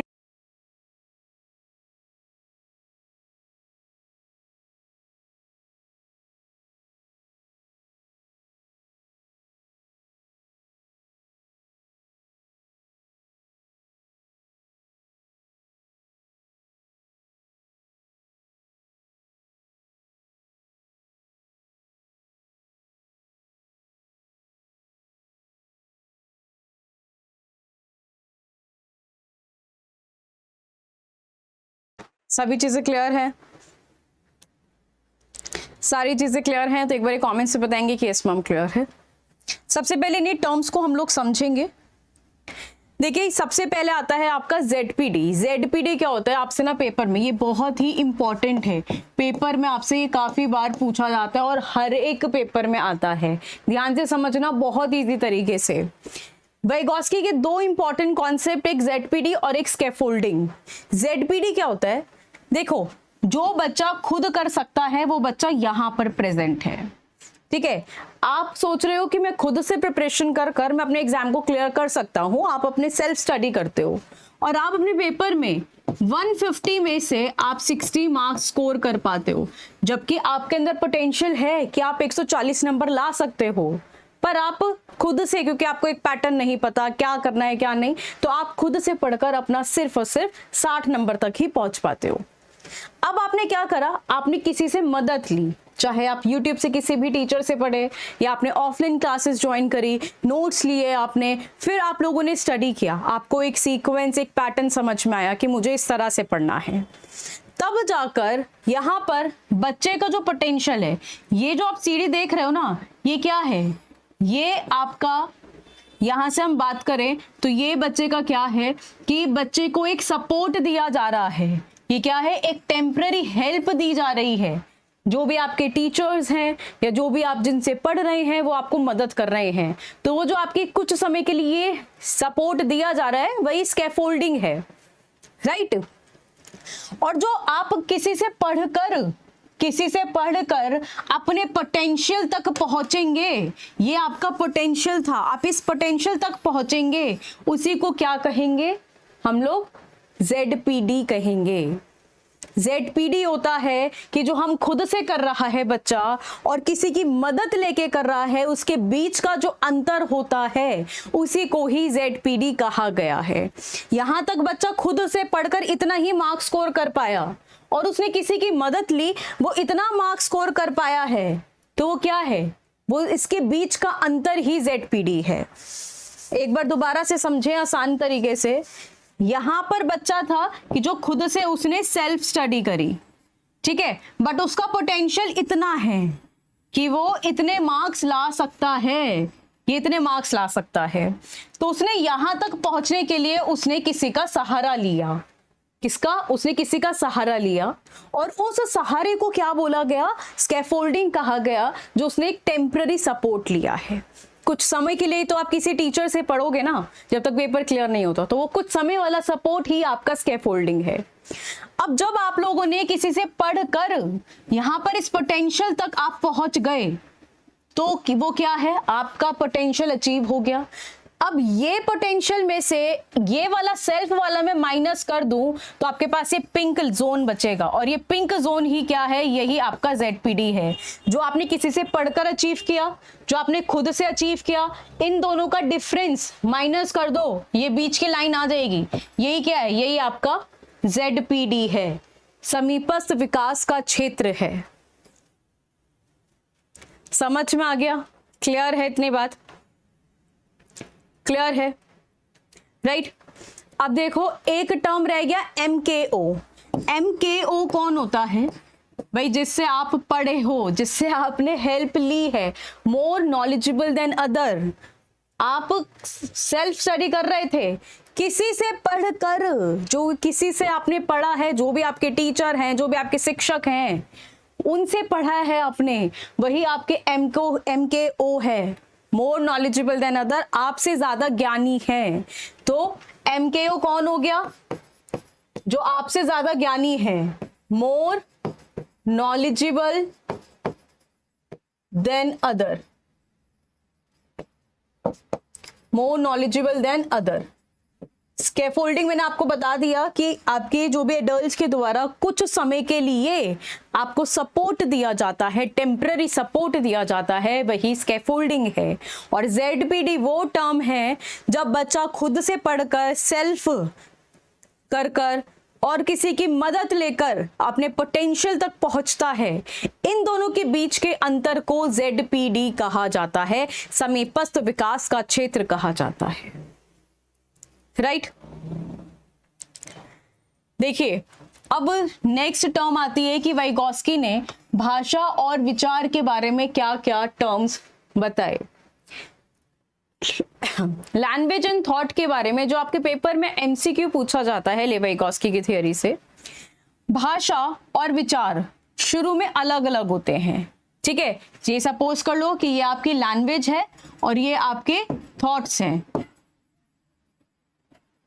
राइट? ये दोनों सेपरेट हैं। पर लेविगोस्की ने क्या कहा कि पहले भाषा आती है, बाद में विचार आते हैं। पहले बच्चे के दिमाग के अंदर ना लैंग्वेज आएगी, बाद में बच्चा उस लैंग्वेज के अकॉर्डिंग वो सोचना शुरू करेगा, और बाद में जाकर वो एक दूसरे से जाकर मिल जाते हैं, तो बाद में दोनों साथ मिल जाते हैं, तो एक साथ चलते हैं, फिर वो पैरेलल चलते हैं। ठीक है, तो लैंग्वेज एंड थॉट एक साथ चलेंगे। याद रखिएगा, ये लाइन, ये वाला जो टर्म है आपका पेपर में आपसे MCQ में पूछा गया है। आप अपने PYQ को प्रैक्टिस करेंगे तो आपको पता चल जाएगा कि ये आपको टर्म कैसे आता है। राइट? आप कुछ इंपॉर्टेंट बातें करेंगे। भाषा संज्ञानात्मक विकास का एक फैसिलिटेटर है। देखिए, लेविगोस्की ने ना 3 टर्म्स बताई, और वो 3 टर्म्स क्या थी कि बच्चा कैसे इंटरेक्शन करता है। पहला टर्म प्राइवेट स्पीच। ये जो प्राइवेट स्पीच है, जिसे हम बोलते हैं निजी भाषण, क्या कहते हैं? निजी भाषण। निजी भाषण होता है जब हम खुद से बात करते हैं। अब मैं खुद से बात कर रही हूँ, मुझे कल क्या टॉपिक पढ़ाना है। राइट? मैं कल कौन सा टॉपिक पढ़ाऊँ आपको कि जिससे कि स्टूडेंट्स कनेक्टेड हो, उनको समझ में आए, या कौन सा टॉपिक सबसे डिफिकल्ट है जो बच्चों को समझ नहीं आ रहा। मैं खुद से बात कर रही हूँ। जब भी कोई भी बच्चा या कोई भी ह्यूमन बीइंग अपने आप खुद से बात करता है, उसी को ही प्राइवेट स्पीच, निजी भाषण कहा जाता है। राइट? बच्चा अपने आप के अपने ही कार्यों को निर्देश दे रहा है, मैं अपने ही एक्शंस को, मुझे पढ़ाना है तो मुझे ही कल मैं खुद को डायरेक्शन दे रही हूँ कि कल मैं इस वाले सब्जेक्ट का ये टॉपिक कराऊंगी। राइट? तो उसी को ही क्या कहा है? उसी को ही प्राइवेट स्पीच बोला गया है।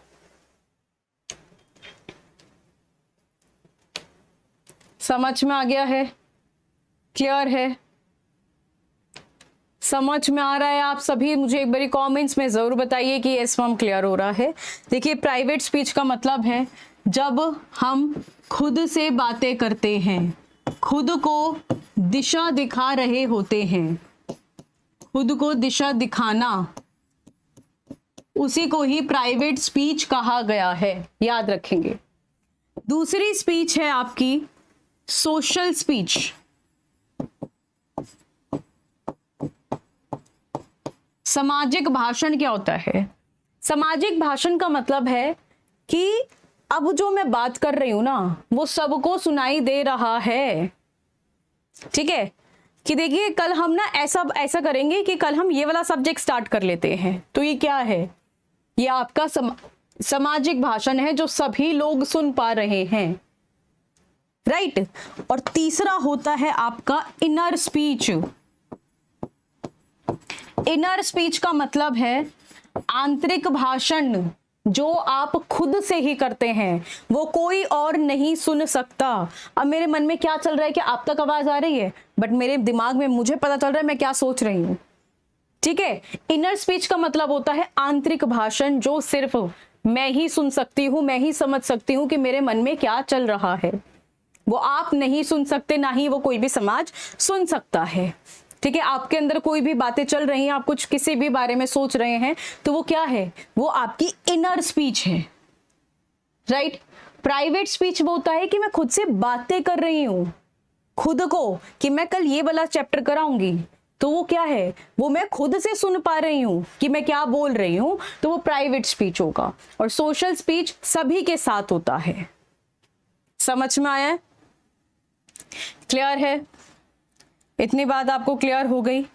ये इंपॉर्टेंट टर्म्स थी, जो भी मैंने आपको यहाँ पे पॉइंट्स बताए हैं लेवी-विगोत्स्की की थियरी से, सारे इंपॉर्टेंट पॉइंट्स हैं ये आपके, राइट।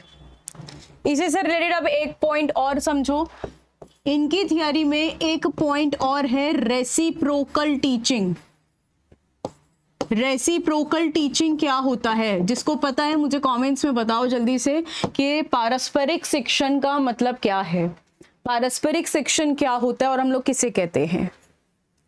पारस्परिक शिक्षण का मतलब है जहां पर स्टूडेंट और टीचर, ये टीचर है, ये स्टूडेंट है, आपस में एक दूसरे से सीखते हैं।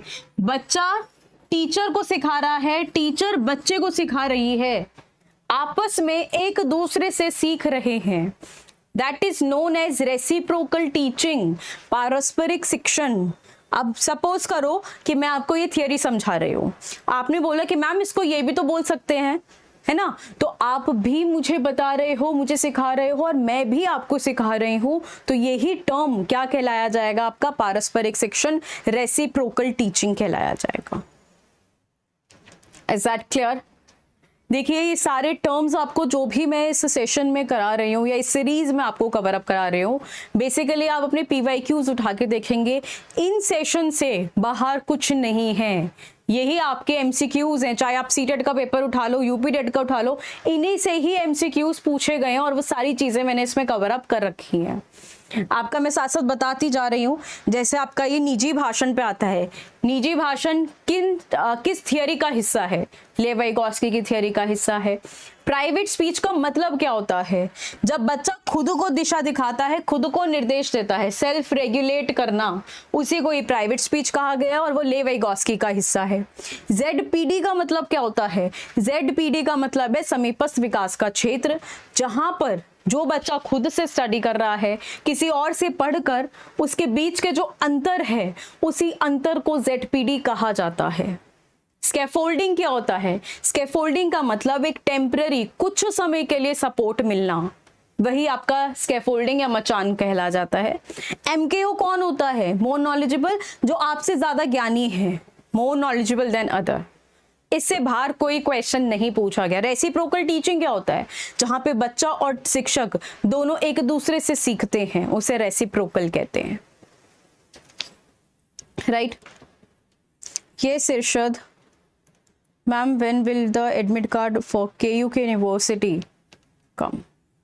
देखिए, BEd का सेशन अभी हम दूसरे प्लेटफॉर्म पे समझेंगे। अभी आपके टेट एग्जाम की चल रही है, तो हम यहाँ पे टेट का ही स्टडी करेंगे, राइट। अभी बताएंगे क्या ये आपको सेशन क्लियर हो गया? इसके अंदर आपको कोई भी डाउट जो ना समझ में आया हो या थियरी आपको जो ना क्लियर हुई हो है, तो आप मुझे एक बार कमेंट्स में बताइए कि मैम ये चीज क्लियर नहीं हुई। अगर क्लियर है सो वेल एंड गुड। अपनी नेक्स्ट क्लास में कल थियरी के साथ, दूसरी थियरी के साथ मिलेंगे। इतनी चीजें क्लियर हैं so well and good. Class को शेयर लाइक करते चलिए। जो भी स्टूडेंट पहली बार इस सेशन को देख रहा है, सेशन अपने इस चैनल को सब्सक्राइब कर सकते हैं नोटिफिकेशन के लिए। फर्दर जो भी क्लास के आएंगे अपडेट्स वो आपको तुरंत मिल जाएंगे। और अपना कमेंट्स में फीडबैक जरूर दीजिएगा।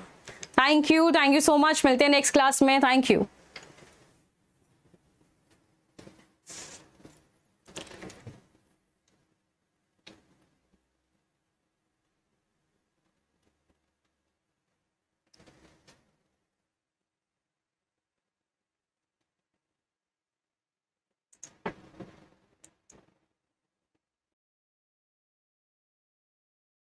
Hello everyone, very good evening to all of you. सभी को very good evening. This is Rupali and आप सभी का स्वागत है एस्पायरिंग टीचर्स टेट चैनल में। देखिए इस सेशन के अंदर हमारी आपकी सीटेट, यूपीटेट, एचटेट 2026 की सीडीपी की सीरीज चल रही है, राइट। और इसकी क्लास नंबर 4 है। जिसने भी इससे पहले की 3 सेशंस नहीं देखे हैं वो जरूर देखिएगा। आज की इंपॉर्टेंट थियरी है आपकी कोलबर्ग की थियरी, राइट। आज की इंपॉर्टेंट थियरी है आपकी कोलबर्ग की थियरी। कोलबर्ग की थियरी से क्या क्या इंपॉर्टेंट पॉइंट्स हैं, इन्होंने अपनी स्टेजेस भी दी हैं, ठीक है। लेवल्स के अंदर उन्होंने बताया है, कुछ इंपॉर्टेंट थियरी, कुछ इंपॉर्टेंट एक्सपेरिमेंट भी किया है जो हम लोग इस सेशन के अंदर समझेंगे। सारी चीजें क्लियर हैं तो एक बार जल्दी से मुझे कमेंट्स में बता दें। जो भी स्टूडेंट्स कनेक्ट हो चुके हैं क्लास को जल्दी से शेयर कर देंगे, जो भी स्टूडेंट्स यहाँ पे कनेक्ट हो चुके हैं। क्लियर, स्टार्ट करें अपनी क्लास को। देखिए ये आपकी थर्ड थियरी है। लॉरेंस कोलबर्ग ने कौन सा सिद्धांत दिया था? नैतिकता का सिद्धांत दिया था, जिसे हम लोग मॉरल डेवलपमेंट थियरी कहते हैं। कोलबर्ग ने अपने इस सिद्धांत के अंदर 2 इंपॉर्टेंट टर्म्स बताई। एक थी आपकी मॉरल डिलेमा मींस नैतिक दुविधा, दूसरी थी नैतिक तर्कना मींस मॉरल रीजनिंग। अब ये मॉरल डिलेमा क्या होता है? जब हम अपना सही और गलत का डिसीजन नहीं ले पाते, उस स्थिति में फंस जाते हैं कि हम किस ऑप्शन को चूज करें। ये आप हो और आपके सामने 2 ऑप्शन हैं, ठीक है। अब आप ए ऑप्शन को चूज करेंगे और बी ऑप्शन को चूज करेंगे, इसमें आप लोग कंफ्यूज्ड हैं। दोनों इंपॉर्टेंट हैं आपके लिए, ठीक है। तो उस केस के अंदर आप क्या हैं? आप मॉरल डिलेमा में फंस चुके हैं कि अब मैं इस दुविधा से कैसे बाहर निकलूं। अगर हेन्स चोरी करेगा तो पुलिस पकड़ेगी, नहीं करेगा तो बीवी मर जाएगी। वो इस कंडीशन में फंस गया है। तो अब बताओ कि अब आप क्या करोगे? चोरी करोगे या फिर बीवी को मार दोगे? तो ये क्या, ये आपके लिए एक दुविधा थी। और मॉरल रीजनिंग क्या होती है? नैतिक तर्कना क्या होती है? सही और गलत के ऊपर आप डिसीजन लेने में शामिल हो जाते हो। मींस कि आप यहाँ पर हो और आपने अब चूज कर लिया है कि आप ए ऑप्शन के साथ जाएंगे, आप चोरी करेंगे। तो ये क्या है? आपने अब फाइनल डिसीजन अपना ले लिया है, किसी एक ऑप्शन पर अब आ गए हैं कि आपको आगे करना क्या है। क्लियर है सारी बातें? जहां पर भी आपको डाउट लगे आप लोग कमेंट्स के अंदर पूछ लेना। चलिए, और मोरालिटी क्या होता है? कि सही और गलत की पहचान का गुण है कि बच्चा समाज में आता है, समाज में बहुत चीजें सीखता है, तो उसको ये पहचान कराना उसके लिए क्या सही और क्या गलत है, उसी को ही हम लोग मोरालिटी कहते हैं। और यही कोलबर्ग ने अपना सिद्धांत दिया था। अब आगे समझो, कोलबर्ग ने अपने सिद्धांत के अंदर कुछ 6 स्टेजेस का जिक्र किया है और 3 लेवल्स का जिक्र किया है। हर एक लेवल के अंदर 2 स्टेजेस हैं। हर एक लेवल के अंदर 2 स्टेजेस हैं। इसका मतलब कि आपके पास टोटल आपकी 6 स्टेजेस हो जाती हैं और 3 लेवल हैं। सो पहली लेवल है आपकी प्री कन्वेंशनल लेवल, ठीक है, जिसमें बच्चा 4 से 10 वर्ष का होता है। पहला लेवल है। अब इस पहले लेवल में 2 स्टेजेस में इसको बांट दिया गया है, stage number 1 and stage number 2। इस लेवल के अंदर है कि अगर हमें बच्चों को सही गलत का पता नहीं होता है, बच्चा क्या करते हैं, हमें उसको सिखाना पड़ता है, हमें उसके लिए कुछ रूल्स, कुछ बाउंड्रीज सेट करनी पड़ती हैं। अब ये आप हो और ये आपके पेरेंट्स हैं। आपके पेरेंट्स ने इस छोटे बच्चे को ये समझाया कि बेटा आपको चोरी नहीं करनी है, चोरी करना गलत बात होती है। बेटा झूठ नहीं बोलना है, झूठ बोलना गलत बात होता है। किसी को मारना गलत बात है। तो पेरेंट्स ने इस बच्चे के लिए बाउंड्रीज को सेट कर दिया है कि आपको ये काम नहीं करने हैं। तो पहला स्टेज आपको ये कहता है दंड एवं आज्ञा का पालन, पनिशमेंट एवं ऑबिडेंस की स्टेज। अगर बच्चे को जो बातें सिखाई गई हैं वो उसका आज्ञा का पालन करेगा तो उसको कुछ नहीं कहा जाएगा, ठीक है। बट अगर वो आज्ञा का पालन नहीं करता है, वो गलत काम करता है, तो उसको पनिशमेंट इसी तरह से दी जाएगी। तो नैतिकता क्या है? सजा और आज्ञा पर आधारित है। बच्चों ने सोचा कि हेन्स चोरी करेगा तो सजा मिलेगी, तो वो क्या है? वही आप लोगों की पहली स्टेज दंड एवं आज्ञा का पालन होती है। समझ में आ गया? स्टेज नंबर 2 है आपका इंस्ट्रूमेंटल रिलेटिविज्म और इंडिविजुअलिज्म एक्सचेंज। मतलब जैसे को तैसा वाली स्टेज है, टिट फॉर टैट भी किसे कहते हैं हम लोग। एक बच्चे ने मेरी पेंसिल तोड़ी तो मैंने भी उसका पेन तोड़ूंगा। जो जैसा आपके साथ करेगा आप भी बिल्कुल वैसा ही करोगे। एक बच्चे ने आपको अपना लंच शेयर कराया तो आप भी अगले दिन उसको अपना लंच शेयर कराओगे, राइट। तो उसे हम लोग क्या कहते हैं, सेकंड नंबर की स्टेज। क्लियर है इतनी बात?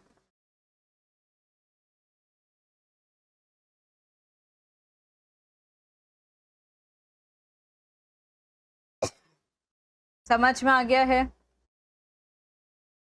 चलिए आगे बढ़ेंगे लेवल 2 पर। रूढ़िगत नैतिकता मींस कन्वेंशनल स्टेज, जहां पे बच्चा 10 से 13 साल की उम्र के अंदर है, थोड़ा सा और बड़ा हुआ बच्चा और यहाँ पर और कुछ बातें सीखता है, राइट। तो देखिए स्टेज नंबर 3 आती है अच्छा लड़का एवं अच्छी लड़की, good boy versus good girl. अब यहाँ पे बच्चा ना इस लेवल में जो भी काम करेगा, बच्चा दूसरों के मानक को अपने अंदर समावेशित कर लेता है। जो भी सोसाइटी आपसे डिमांड कर रही है आप वैसे ही काम करते हो, सही या गलत, ठीक है। तो आप इस स्टेज के अंदर, तीसरे नंबर की स्टेज में आप अच्छा बनने की कोशिश करते हो, जिससे कि आपको शाबाशी मिले कि इस बच्चे ने ये अच्छा काम किया है। तो दूसरों के साथ भला बनकर अनुमोदन मींस अप्रूवल अर्जित करता है, राइट। कि अगर आपके पेरेंट्स आपसे डिमांड कर रहे हैं कि आप अपनी पढ़ाई में अच्छा, मतलब अपनी क्लास में फर्स्ट आओ, तो इसका मतलब क्या है, इसका मतलब है कि आपको अच्छा लड़का एवं अच्छी लड़की बनने के लिए आपको ये काम करने पड़ेंगे, ठीक है। तभी तो आप लोगों को प्रेज मिलेगा, एप्रिसिएशन मिलेगा।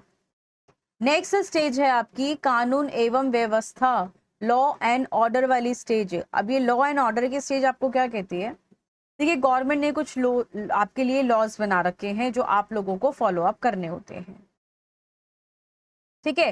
तो आपके लिए जैसे एग्जाम्पल है, पापा का एक्सीडेंट हुआ है फिर भी रेड लाइट पार नहीं करूंगा क्योंकि ये कानून के खिलाफ है। तो ये कुछ लॉज बने हुए हैं, अगर आप इनका पालन करते चलेंगे सो वेल एंड गुड, अगर नहीं करते हो तो आप लोगों को पनिशमेंट यहाँ पर भी मिलती है। तो स्टेज नंबर 4 ये आपको ये बोलता है कि आपके कुछ कानून बने हुए हैं जो जिसको आपको पालन करना है, जिसकी आपको आज्ञा माननी है, ठीक है। फिर आती है आपकी level number 3, post conventional level आपकी, जो 13+ एज तक जाती है।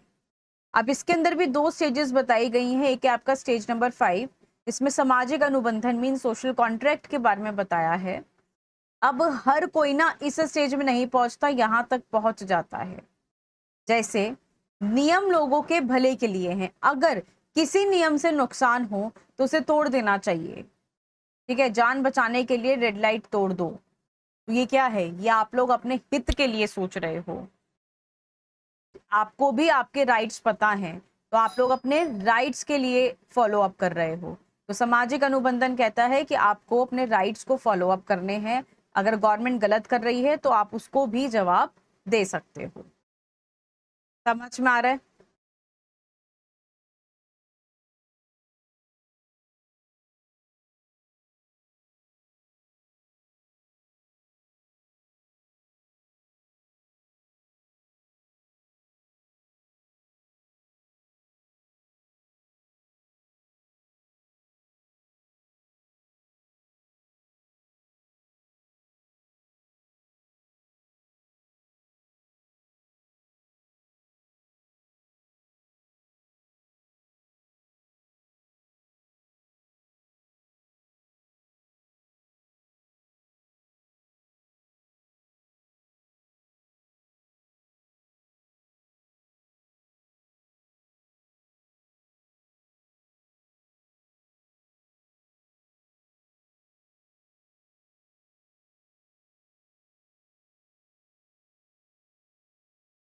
यहाँ तक आप सभी को क्लियर है? एक बार मुझे कमेंट्स में बताएंगे, क्लियर है? चलिए ग्रेट। नेक्स्ट स्टेज आती है आपकी स्टेज नंबर 6, जिसमें सार्वभौमिक नैतिक सिद्धांत मींस यूनिवर्सल एथिकल प्रिंसिपल्स। इसका मतलब है कि आप, मतलब हम अपने लिए नहीं, हम दूसरों के हित के लिए काम कर रहे हैं। जैसे किशोर खुद के मानक के अनुसार व्यवहार करता है और दूसरे के फायदे के लिए अपनी जान पर भी खेल जाना। जैसे आप लोगों की फ्रीडम फाइटर्स थे, राइट, जैसे आपके फ्रीडम फाइटर्स थे।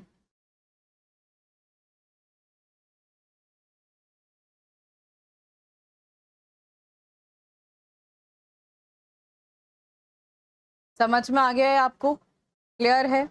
तो कोलबर्ग की आलोचना, अब देखिए कोलबर्ग का जो सिद्धांत है, इनकी आलोचना के लिए कोलबर्ग ने इनका मतलब कि जो भी आपको सिद्धांत दिया, कैरल गिलिगन ने इनकी आलोचना करी। क्या आलोचना करी? कि उन्होंने ये तर्क दिया कि इन्होंने जो भी अपना सिद्धांत बताया है वो सिर्फ और सिर्फ फीमेल पर्सपेक्टिव को कंसीडर नहीं किया, सिर्फ यहाँ पे मेल पर्सपेक्टिव को कंसीडर करके अपना सिद्धांत बताया, राइट। तो अब ये क्यों सिद्धांत बताया, क्या सिद्धांत था, इसे समझो पहले। देखो कोलबर्ग ने ना एक अपना स्टोरी बताई, अपने इस सिद्धांत को एक्सप्लेन करने के लिए स्टोरी दी। अब वो कहानी क्या थी? हेन्स के ऊपर आधारित थी। किसके ऊपर? हेन्स के ऊपर। हेन्स कौन था? ये बहुत ही गरीब परिवार से ये बिलोंग करता था, ये पुअर, बहुत गरीब था। एक दिन इसकी बीवी मींस इनकी वाइफ बीमार पड़ जाती है, बहुत ज्यादा तबीयत खराब हो जाती है और वो अपनी वाइफ को हॉस्पिटल लेके जाता है। अब हॉस्पिटल जाते समय, अब जब वो डॉक्टर से मिलता है, ठीक है, ये इनकी वाइफ है, तो डॉक्टर क्या कहते हैं कि इनको अर्जेंटली एक इंजेक्शन की नीड है, इनको एक अर्जेंटली इंजेक्शन लगेगा, आप उसको ले आओ तो इसकी इनकी जान बच जाएगी, अदरवाइज ये आप इन्हें खो देंगे। अब ये को यहाँ से हेन्स हर जगह भटकता हुआ जाता है, इस कहीं से भी उसको ये इंजेक्शन मिल जाए। वो बहुत कोशिश करता है, राइट।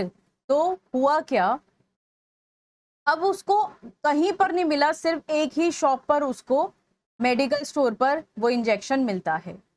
अब आपको भी पता है कि अगर कोई भी चीज अगर हर जगह नहीं मिल रही है, सिर्फ एक ही जगह मिल रही है, तो उसकी जो कीमत होगी वो बढ़ा दी जाएगी, राइट। तो जो इंजेक्शन उसको मिला उसकी वैल्यू 2000 रुपये मांगी गई। अब हेन्स तो था बहुत गरीब, उसके पास नहीं थे उस इंजेक्शन के लिए 2000 रुपये। अब वो सोच में पड़ जाता है कि मैं ये 2000 रुपये कहाँ से लेकर आऊं, मैं कैसे अरेंज करूं इन 2000 को, जिससे कि मैं अपनी बीवी की जान बचा लूं। वो बहुत ही सोचता है कुछ देर, क्या वो चोरी करे या फिर वो अपनी बीवी को मरने के लिए छोड़ दे, ठीक है, या फिर वो क्या करे, वो कहाँ से पैसे लाए। वो बहुत कोशिश करता है पर उसका जुगाड़ नहीं हो पाता है। अल्टीमेटली एंड में हेन्स दुविधा में फंस जाता है कि वो चोरी करे या उसको मार दे। तो उसके पास एक ऑप्शन मिलता है कि आगे देखे जाएगा, उसने चोरी वाला ऑप्शन चूज किया।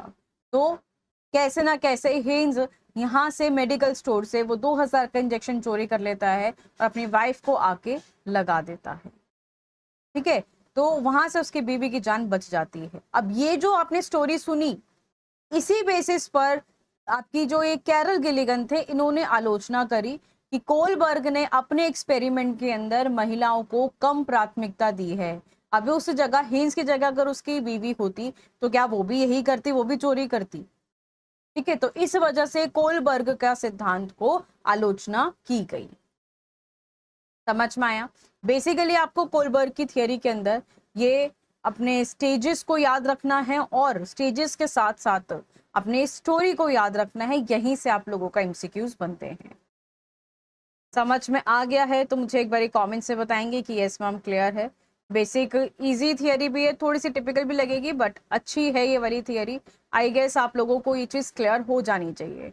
और इन सभी स्टेजेस के आप लोग एग्जाम्पल्स को याद करके रखें, एग्जाम्पल बहुत इंपॉर्टेंट है, राइट। चलिए, थैंक यू सो मच, मिलते हैं अभी नेक्स्ट क्लास के अंदर। Thank you.